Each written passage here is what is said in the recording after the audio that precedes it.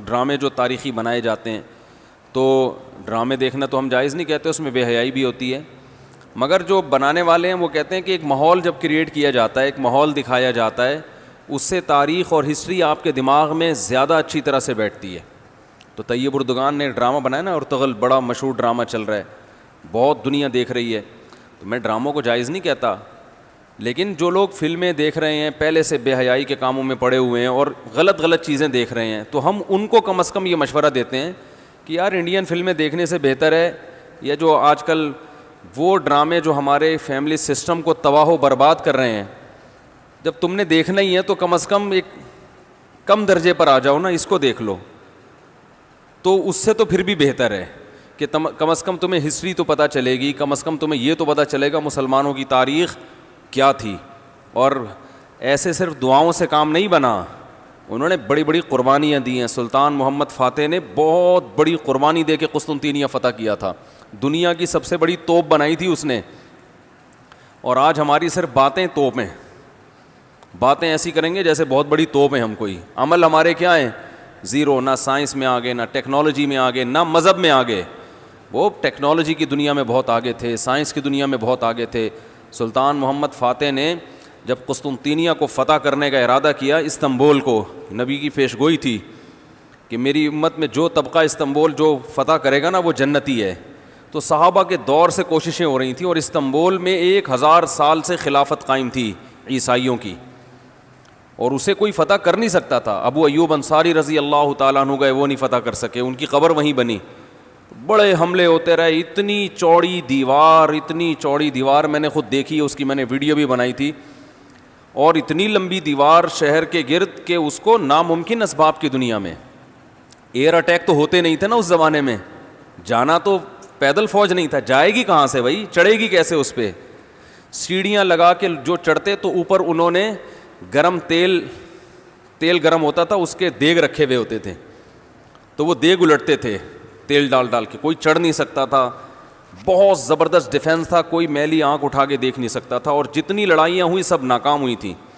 سلطان محمد فاتح نے کہا بھائی نبی نے خوشخبری دی ہے، ہم فتح کر کے چھوڑے گا۔ پھر وہ مشہور واقعہ ہے، اس نے کیا کیا کہ خشکی میں کشتیاں چلا دیں، سارے جانور راتوں رات ذبح کیے، ان کی چربی پگھلا کے پتھروں پہ بچھائی گئی ہے، اس پہ سمندری جہاز بٹھا کے، وہاں میں جب ترکی میں گیا ہوں تو اب دیکھو یہ چیز کتابوں میں بھی بتائی جا سکتی تھی نا، لیکن وہاں طیب اردگان نے کیا کیا ہے، میوزیم بنائے ہیں، ان میں یہ پورا منظر دکھایا جاتا ہے، خدا کی قسم ایسا ایمان بڑھتا ہے کہ چیخیں مارنے کا دل کرتا ہے، ایسی جو علماء بھی گئے ہیں نا، بنوری ٹاؤن کے ایک شیخ الحدیث گئے تھے، وہ کسی نے بتایا وہ رو رہے تھے چیخیں مار مار کے، جو جاتا ہے یہ منظر ہوتا ہے، وہ جب دکھاتے ہیں نا اپنی آنکھوں سے، بھائی کیا منظر، اور کیسے وہ کشتیوں کو راتوں رات خشکی پہ لے کے چلے ہیں، اور خشکی پہ لے جا کے پیچھے سمندر میں اتارا، اور سامنے سے بھی اٹیک اور پیچھے سے بھی اٹیک۔ انگریزوں نے لکھا ہے، گوروں نے ہسٹری میں، کہ یہ اسباب کی دنیا میں ممکن نہیں ہے، بہت بڑا کارنامہ انہوں نے سر انجام دیا، اور راتوں رات۔ تو یہ ہماری تاریخ تھی جس کی وجہ سے ہمیں عروج ملا تھا، آج ہم صرف پیڑے کھا رہے ہیں، باتیں ٹھوک رہے ہیں بیٹھ کے، صحیح ہے نا، بزرگوں پہ طنز، علماء پہ اعتراضات، ایک دوسرے پہ کیچڑ اچھالنا، فرقہ پرستی، ان چیزوں میں ٹائم ضائع ہو رہا ہے، اور کوئی موٹیویٹ کرنے والا نہیں ہے، کوئی تعمیری کام کرنے والے لوگ بہت تھوڑے رہ گئے ہیں، اور ٹیکنالوجی کی طرف تو توجہ ہی نہیں ہے۔ یونیورسٹی میں جو لڑکا مذہب پہ چلتا ہے، سب کی بات نہیں کر رہا، ایجوکیشن میں سب سے پیچھے وہی ہوتا ہے، عام طور پہ اسی کی شکایتیں آ رہی ہوتی ہیں، یہ چونکہ نمازی ہے لہذا نمبر سب سے کم اس کے آتے ہیں، نمازی کے نمبر تو زیادہ آنے چاہیے بھائی، جو تبلیغ میں وقت لگاتا ہے اس کو تو ایجوکیشن میں زیادہ آگے ہونا چاہیے، یہ تو ہمارے مذہب کا حصہ ہے۔ صحابہ کرام نے جو ملکوں کے ملک فتح کیے، اور جو ہمارے تاریخ میں فاتحین ملتے ہیں، سب سے پہلا بحری بیڑا حضرت معاویہ نے بنایا ہے، سمندر پہ سب سے بڑی فوج جو اس وقت اتاری ہے وہ کس نے اتاری ہے؟ حضرت معاویہ رضی اللہ تعالیٰ عنہ نے، اور نبی نے پیشگوئیاں سنا دی تھی پہلے کہ سمندر کی لڑائی ہوگی، اس میں جو شہید ہوگا اسے میں جنت کی خوشخبری دیتا ہوں، اور آپ صلی اللہ علیہ وسلم نے سمندر میں شہید ہونے والے کو زیادہ بڑا شہادت کا درجہ عطا فرمایا۔ میں نے تو سمندری لڑائی کے فضائل پر احادیث جمع کی تھیں. ایک میرا بیان ٹوٹلی اسی پر ہوا تھا کہ سمندری لڑائی کتنی اہم ہے. نبی کو معلوم تھا میری امت سمندروں پہ بھی چلے گی. سمندر پہ چلنا ٹیکنالوجی کے بغیر ممکن ہے کیا؟ پھٹے لگا کے بیٹھ جاؤ گے اس پہ کہ ملاحوں کو بلاؤ گے یار تم مچھلیاں پکڑتے ہو تو 2-4 پھٹے یہاں بھی, او بھائی لڑنا ہے اس پہ تو سامنے والا بھی لڑے گا. تو نبی صلی اللہ علیہ وسلم نے فرمایا جو سمندری لڑائی ہے, جو شخص سمندر میں جہاد کرے گا اس کے جو چکر آئیں گے نا اس پہ بھی اللہ اس کو اجر دے گا. بڑی خوشخبری ہیں اس کے گناہوں کی معافی کی, کیونکہ آپ کو پتا تھا کہ امت جب تک سمندر پہ کو فتح نہیں کرے گی اور سمندر پہ سفر نہیں کرے گی یہ اس دنیا پہ حکومت نہیں کر سکتی. تو حضرت معاویہ نے جو پہلا بیڑا بنایا اس کے امیر کو امیر البحر کہتے تھے. بحر کہتے ہیں سمندر. یہ امیر البحر کی ٹرم یہ انگلش میں منتقل ہوئی ہے جس کو ایڈمرل کہا جاتا ہے. بہت ساری فوجی اصطلاحات اور سائنسی اصطلاحات عربی سے انگلش میں ٹرانسفر ہوئی ہیں, عربی سے انگلش میں گئی ہیں. آج میڈیکل سائنس میں بہت سے الفاظ ایسے ہیں جو عربی سے انگلش, مسلمان سائنسدانوں کے تھے وہ, لیکن اب دیکھو حال کیا بنا دیا. ایک نمبر کے سست نمازیوں کی حالت تو دیکھ لو جا کے.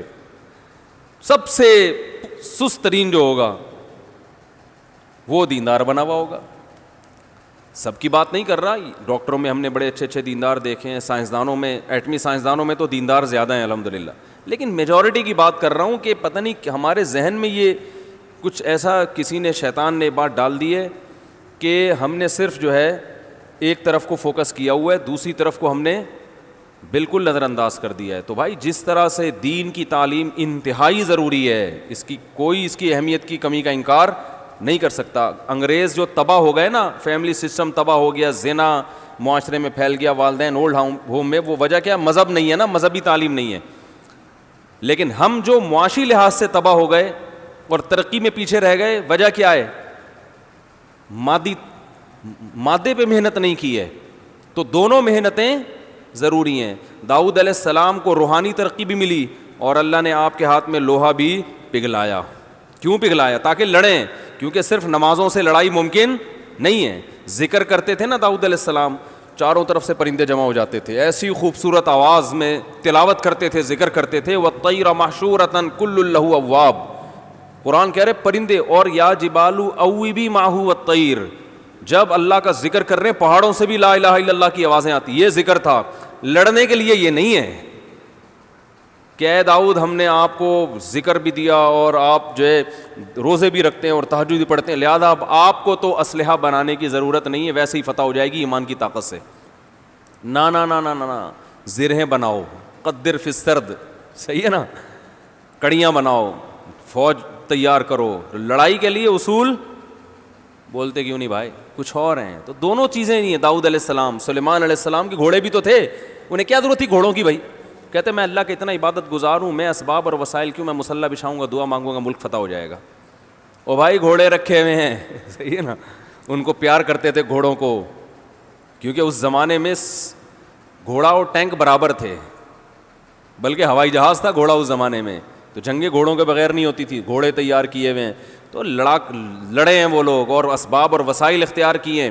آج ہم پیڑے کھانے والی باتیں کرتے ہیں اور پیڑے کھا رہے ہیں بیٹھ کے, اور سمجھتے ہیں کہ بس یہ قرآن خوانیوں سے اور آیت کریمہ سے مسائل کیا ہو جائیں گے حل. تو یہ بھی ضروری ہے بھائی, وہ بھی ضروری ہے. تو میں بتا رہا تھا کہ وہ جو ڈرامے کی بات کر رہا تھا, تو ماحول بنانا پڑتا ہے نا. تو طیب اردگان نے کیا کیا کہ کیونکہ جو لبرل لوگ ہیں وہ ایسے ڈرامے, ایسی فلمیں بنا کے نا نوجوان نسل کا دماغ خراب کر دیا انہوں نے. اتنا دیکھو, اب محمد بن قاسم کو بھی لوگوں نے ڈاکو کہنا شروع کر دیا ہے, معاذ اللہ. وہ شخص جو سندھ میں اسلام لانے کا ذریعہ بنا, اگر وہ ڈاکو تھا تو اس سندھ میں اسلام کون لے کر آیا؟ انگریز کہے گا تمہارے تو اسلام, جو بر صغیر میں اسلام آیا سندھ کے راستے سے, سندھ کو تبھی باب الاسلام کہا جاتا ہے نا. بر صغیر میں اسلام کہاں سے آیا ہے؟ سندھ کے راستے سے. پھر پورے انڈیا میں بھی پھیل گیا اور بنگلہ دیش, برما, کہاں تک پھیلا ہے. تو انٹری جو ہوئی ہے محمد بن قاسم کے ذریعے ہوئی ہے. پروپیگنڈا دیکھو, وہ بھی چور, وہ بھی معاذ اللہ وہ بھی ڈاکو, محمود غزنوی بھی ڈاکو. وجہ کیا ہے؟ جس کے ہاتھ میں میڈیا ہوگا نا چلے گی اور سنی اسی کی جائے گی, آپ جو کچھ بنا کے پیش کر دیں. تو طیب اردگان نے کہا بھائی ان کو انہی کی زبان میں جواب دینا ہے. ناول لوگ نہیں پڑھتے, رسالے نہیں پڑھتے لوگ, تو نوجوان طبقہ فلمیں ڈرامے دیکھتا ہے. تو اس نے کہا ڈرامہ بناؤں گا, اور ایسا بنا کے دکھایا کہ آج رپورٹیں یہ آ رہی ہیں بہت سے غیر مسلم مسلمان ہو چکے ہیں. تو میں عام لوگوں کو وہ ڈرامہ دیکھنے کا مشورہ نہیں دیتا, اس میں عورتیں بھی ہیں اور کچھ کہا جاتا ہے, میں نے نہیں دیکھا وہ ڈرامہ, بے حیائی کے مناظر بھی ہیں, لیکن میں ان لوگوں کو جو غلط چیزیں دیکھ رہے ہیں ان سے کہتا ہوں یار کچھ دیکھنا ہی ہے تو پھر ادھر دیکھ لو, جو نہیں دیکھ رہے وہ کچھ بھی نہ دیکھیں, وہ پھر اس کے بعد پھر آگے بھی جائیں گے, وہ یہ دیکھ کے پھر وہ ان کو شوق پیدا ہوگا ذرا فلمیں بھی دیکھیں. اور جو نہیں دیکھ رہے وہ تو بچے رہے ہیں, جو دیکھ رہے ہیں تو بری چیزیں دیکھ رہے ہیں تو بھائی یہ دیکھ لو پھر, تو اس سے کم از کم ایک کریٹیو سوچ پیدا ہوگی تمہاری, اور کم از کم ایک تعمیری سوچ پیدا ہوگی, مسلمانوں کی ہسٹری کا تمہیں پتہ چلے گا. تو اردگان کی سوچ چونکہ یہ تھی اس لیے اس نے وہ کر دیا, اور اس سے بہت لوگ پریشان ہیں اس ڈرامے سے. یعنی اس سے جو اسلام دشمن قوتیں پوری دنیا میں پابندی لگانے کی کوشش میں لگی ہوئی ہیں. ابن تیمیہ رحمہ اللہ کا قول ہے نا, تمہیں باطل کی پہچان نہ ہو نا کہ حق کیا ہے اور باطل کیا ہے, تو دیکھ لو باطل کے تیروں کا رخ کس طرف ہے. سارے باطل جس کے پیچھے پڑے ہوئے ہونا سمجھ لو یہ کیا ہے, حق ہے, تو ان کو پتہ ہے اس کا اثر کیا پڑ رہا ہے. تو ماحول جو کریٹ کیا جاتا ہے, ماحول ایک قائم کیا جاتا ہے, اس سے جو لیسن ملتا ہے وہ ویسے زبانی سمجھانے سے نہیں ملتا.